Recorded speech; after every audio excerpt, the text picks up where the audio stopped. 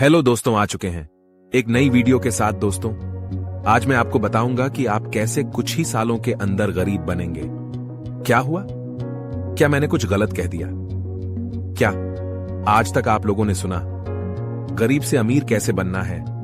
लेकिन मैं क्या बता रहा हूं, मिडिल क्लास से आप कैसे पुअर क्लास में जा सकते हैं। ये बात किया मैं कह रहा हूं। जी नहीं दोस्तों, मिडिल क्लास से पुअर क्लास तक का रास्ता आप खुद तय कर रहे हैं।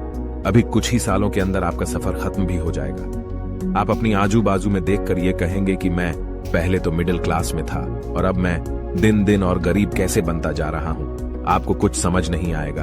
दुनिया में क्या चल रहा है, इसका असर आपकी लाइफ में क्या फैल रहा है। क्यों गरीब दिमाग दिन दिन गरीब होते जा रहा है और क्यों अमीर लोग और अमीर बनते जा रहे हैं। आज मैं यह बताने जा रहा हूं कि आप कैसे अनजाने में मिडिल क्लास से पुअर क्लास तक का रास्ता चुन रहे। साथ में गरीब दिमाग के लोगों के लिए कुछ टिप्स भी मिलेगा जो कि आपके लिए मेरे ख्याल से फायदेमंद साबित होगा। अगर लास्ट में दिए हुए टिप्स को फॉलो करते हैं तो आपको छोटा करने की मेरी कोई भी मंशा नहीं है, लेकिन ये मैं कह सकता हूं आपकी भलाई के लिए कि आप खुद अपनी लाइफ को जबरदस्ती ढकेल कर गरीबी में ले जा रहे हैं। इसके लिए हम क्या कर सकते हैं, आज ये हम जानेंगे। एकदम बेसिक्स फार्मूला से हम जान सकते हैं आगे जाकर हमारी लाइफ कैसा होगा। सेशन शुरू करने से पहले चैनल को सब्सक्राइब जरूर कर देना ताकि मेरी बात आपके पास पहुंच सके। तो चलिए शुरू करते हैं। सबसे पहले देखो, मिडिल क्लास लोगों का एक नेचर होता है पैसे को सेविंग करना। कुछ पैसा हाथ लगा तो तुरंत बैंक में जाकर जमा कराए। देखिए, शेविंग करना कोई बुरी बात नहीं है। मैं यह नहीं कह रहा हूं कि आप सेविंग मत करिए। मैं तो कह रहा हूं करिए, लेकिन सही तरीके से करिए। यह सही तरीके से करिए का मतलब क्या हुआ, चलो मैं आपको बताता हूं। अगर आपको लगता है कि मेरा तो पैसा सेव है, बैंक में और भी सेव कर रहा हूं, आगे भी करते जाऊंगा, तो इसमें मेरा तो कोई खामोखा टेंशन लेने की कोई जरूरत नहीं है। बैंक वाले इंटरेस्ट भी दे रहे हैं। ऐसे में कैसे मैं गरीबी में जा सकता हूं? मैं कहता हूं आपने एकदम सही बात कही। मैं आपसे पूछता हूं, आपने जो अपनी मेहनत की कमाई से कुछ बचाकर बैंक में जमा किए हैं, बैंक वाले आपको कितना इंटरेस्ट दे रहे हैं? आप कहेंगे 3-4%। कुछ स्मार्ट लोग कहेंगे नहीं भाई, मैंने तो एफडी करके रखा, मुझे तो 6% मिल रहा है। मैं कहता हूं ठीक है, मान लेते हैं आपको 7% भी मिल रहा है बैंक से इंटरेस्ट, हालांकि 7% नहीं मिलता, फिर भी मान लेते हैं। इसका मतलब यह हुआ, अगर आप 100 रुपए को बैंक में सेव करते हैं तो 1 साल बाद 7% के हिसाब से आपको कितना मिल रहा है? 107 रुपए आपको मिल रहा है। ठीक है, मैं 100 रुपए का एक उदाहरण दे रहा हूं। 100 के जगह 1000 लाख रुपए भी सेव कर रहे हैं आप, लेकिन इंटरेस्ट तो आपको 7% ही मिल रहा है ना। तो आप नंबर पे मत जाइए, आपको समझ आए, इसलिए मैं छोटा सा नंबर लेकर आपको समझाने की कोशिश कर रहा हूं। तो यह तो हो गया, आपकी बैंक का सिस्टम 100 रुपए जमा करो, साल में आपको 107 रुपए देगा बैंक। अब मैं आपको मेन पॉइंट में लेकर जाता हूं। आप हमें यह बताएं, साल में हमारी देश महंगाई कितनी % बढ़ रहा है?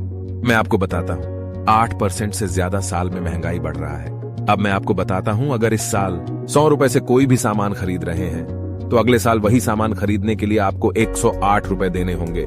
समझ पा रहे हो मेरी बात? लेकिन आपके पास कितना है बैंक में? बैंक में तो 60% आपको नहीं मिलेगी। मिलता है अगर आपका पैसा 10-15 साल के लिए एफडी में जमा रखा है तो कम से कम आपको 5% तो मिलेगा, लेकिन 15 साल के बाद ये पैसा यूज कर पाएंगे, उससे पहले नहीं। तो आप क्या करोगे? सामान का दाम महंगाई के कारण बढ़कर 108 रुपए हो गया, लेकिन आपके पास मान लेते हैं 107 रुपए है। बाकी 1 रुपए कहां से लेकर आओगे? क्या आप चोरी करने जाएंगे?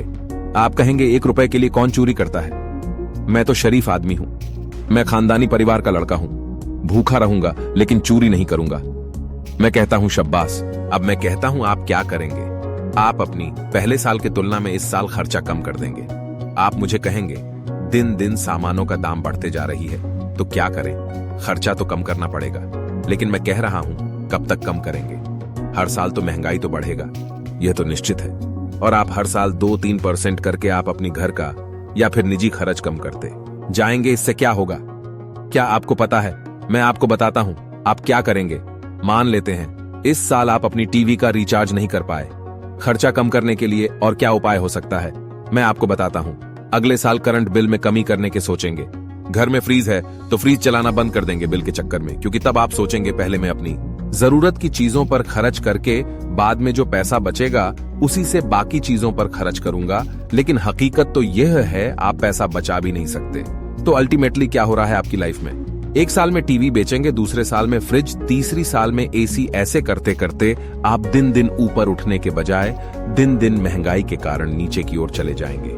आपको पता भी नहीं चलेगा कि थोड़ा थोड़ा करके किस तरह आप मिडिल क्लास से पुअर क्लास में एंट्री मार देंगे। एंट्री मरने के बाद आप कुछ लोगों के साथ मिलकर सरकार को गालियां बकने शुरू कर देंगे। इसमें दोष किसका है, आपका या फिर सरकार का? मैं तो कहता हूं आपका है। आप सही तरीके से पैसे को यूज नहीं कर पाए, इसीलिए आपकी दशा ऐसी बन गई। तो हम इसके लिए क्या कर सकते हैं? क्या पैसों की माया जाल से हम बच सकते हैं? जी हां, ऐसी माया जाल आपके चारों तरफ है। फर्क इतना है कि आप नंगे आंखों से देख नहीं पा रहे हैं। पैसों को सेविंग करने से कोई लाभ नहीं। कुछ समय के लिए सेविंग करना ठीक है, लेकिन लॉन्ग टाइम के लिए सही नहीं है। तो पैसों को सही यूज करने के लिए आपको इन्वेस्टमेंट करना ही होगा। इससे आप मुंह फेर नहीं सकते।